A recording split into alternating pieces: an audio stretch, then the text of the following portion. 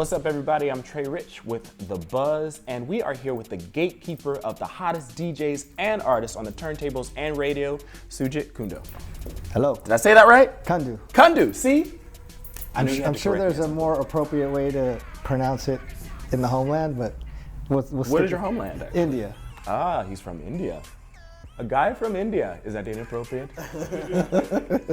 This guy started out, you were like 16, starting to promote clubs and do your own events. Tell us about that. I was probably like 15 and a half, 16, somewhere around then. I don't really remember the exact date, but I wouldn't say nightclubs at that age. Mm-hmm. At that age, it probably started with like backyard parties, small warehouse parties, house parties, and then slowly it like evolved into more, let's say, legit venues, and then clubs, and then went like that. Like big raves and things like that? Big raves, but the raves at the beginning weren't always legal. Yeah. You know, and then slowly as we got further along in the process, we realized we had to do things the right way in order to not lose our investment because of missing a permit or missing something simple. Yeah, and when it came to doing things like that, you said you had were you working with an investor or someone who would back you?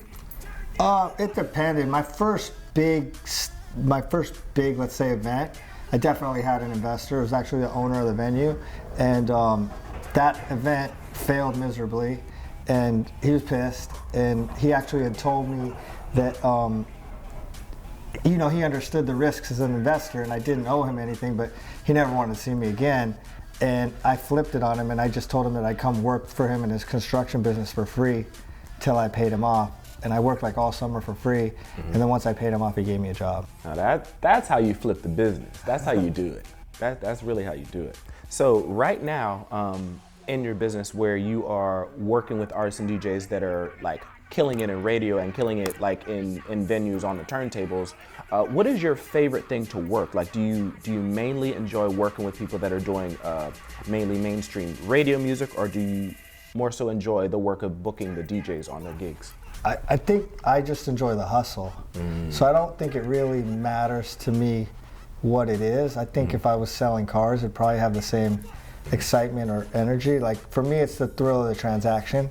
So I'd say if I was like hearing a song on the radio still for the first time, I'll call the artist like I'm 12 and be like, yo, your song's on the radio. That's so dope. And they'll be hyped too. But like, I mean, some of these artists are multi-platinum, Grammy winners, and I'll hear their song on the radio for the first time and I'll call them with the same excitement as if, and you can get that same energy when you see that artist performing in front of 40,000 people. Just today, Little John's doing a festival with Usher, and they sold 75,000 tickets in a day. Damn. And I'm calling him yo, I can't believe this is happening. This is selling so quick. But it's the same excitement. I've been his agent for 10 years, and that fun and that thrill doesn't go away. But it's the same so that's maybe like a booking for a DJ or for a gig, but it's the same excitement with the radio. And I feel like it would translate to if I was a real estate agent, like if I sold a house, I'd get that rush. Yeah.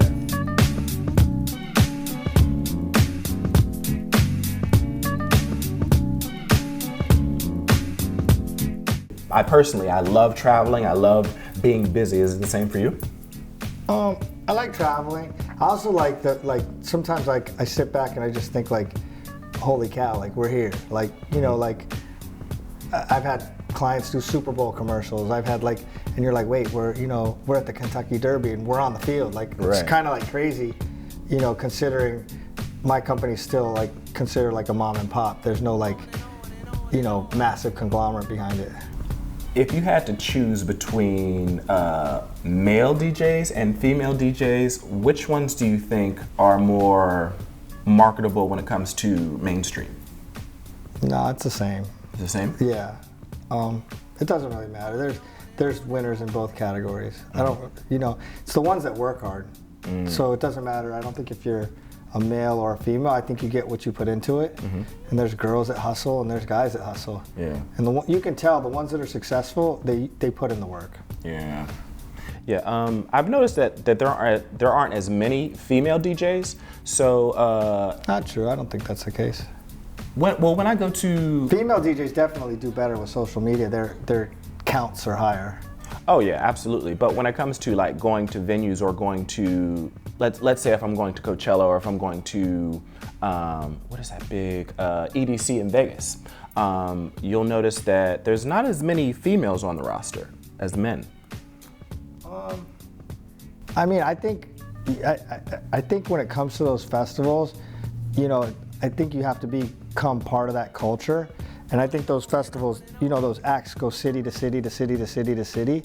And I think that, you know, a lot of those acts have been on that circuit for 15 years or 20 years. So they've got relationships with those buyers. And I don't think it matters if you're a male or a female, getting into one of those slots now is a lot harder. So if you've only been DJing for 3 or 4 or 5 years, you know, and there's a guy that's been doing it for 15, you know, you got to push him out of the way, and it's not that easy to do because they have relationships. So, you know, maybe it's just because their female DJs has been more of a recent thing that maybe that's probably why. But some of the biggest DJs, they're girls, they're big.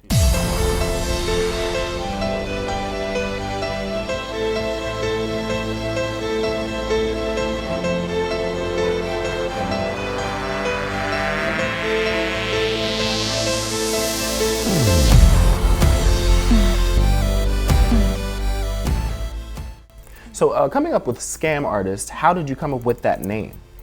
Well, it's actually after I had a split with my former partner, and he took the label and I took the management company, and I asked a friend of mine to name the company, to help me come up with a name, because I'm not really that creative, and he was like a graphic designer that I worked with a lot, and 2 weeks later he came back up to me and he was like, I got it.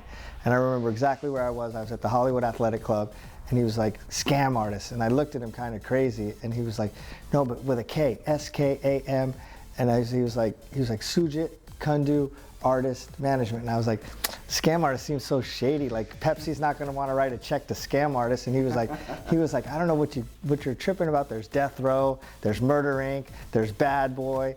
He's like, Skam Artist is cool. And I was like, let me come back to you. And so at the time, I think I had like 7 DJs, and I kind of surveyed the team, and like half of them kind of had the same apprehensions I have, and half of them were like, it's cool. Then the designer came back to me like 2 weeks later, and he's like, but you don't understand. He's like, if you're DJ Little John, or if you're Little John on one side of the t-shirt, and on the back of the t-shirt, you could put, I'm a Skam Artist. And I was like, hook, line, and sinker. And hence, you see the billboards that were around town. I did this whole campaign around, I'm a Skam Artist. That's awesome. So for, let's say, for new and up-and-coming DJs that are starting to bubble under the surface, what advice do you have to give them if they would want to get signed with Skam?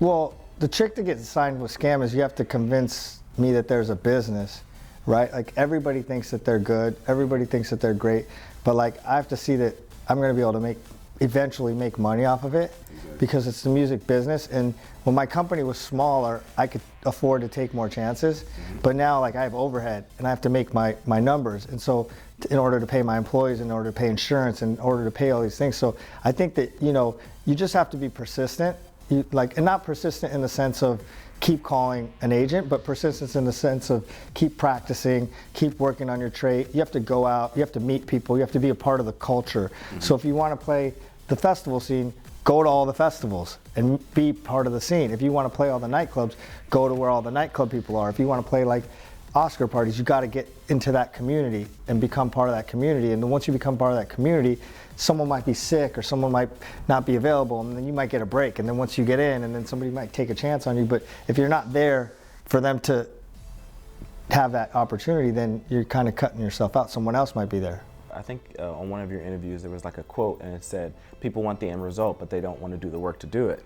That's very true. It's hard sometimes, because like in the first couple of years you might not even get any type of following or hits, but like once like you do start to grow a fan base and it starts to snowball, you do see the fruits of your labor. So those of you that are watching and you just started something, don't expect the fruits right away. Take your time, let it build, let it grow. And then one last question I have for you.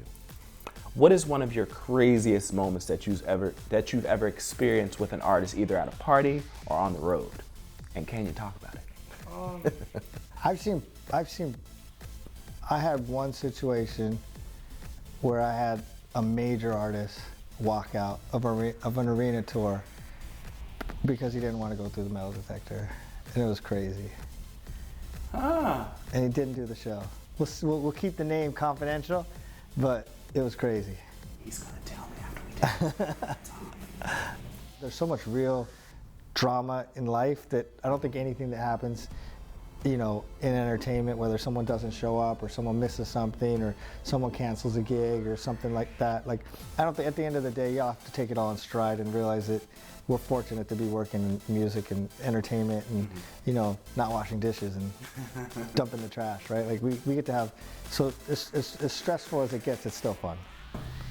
So where can we find you on social media and your company and the business? Websites, www.skam with a K, S-K-A-M, artist.com.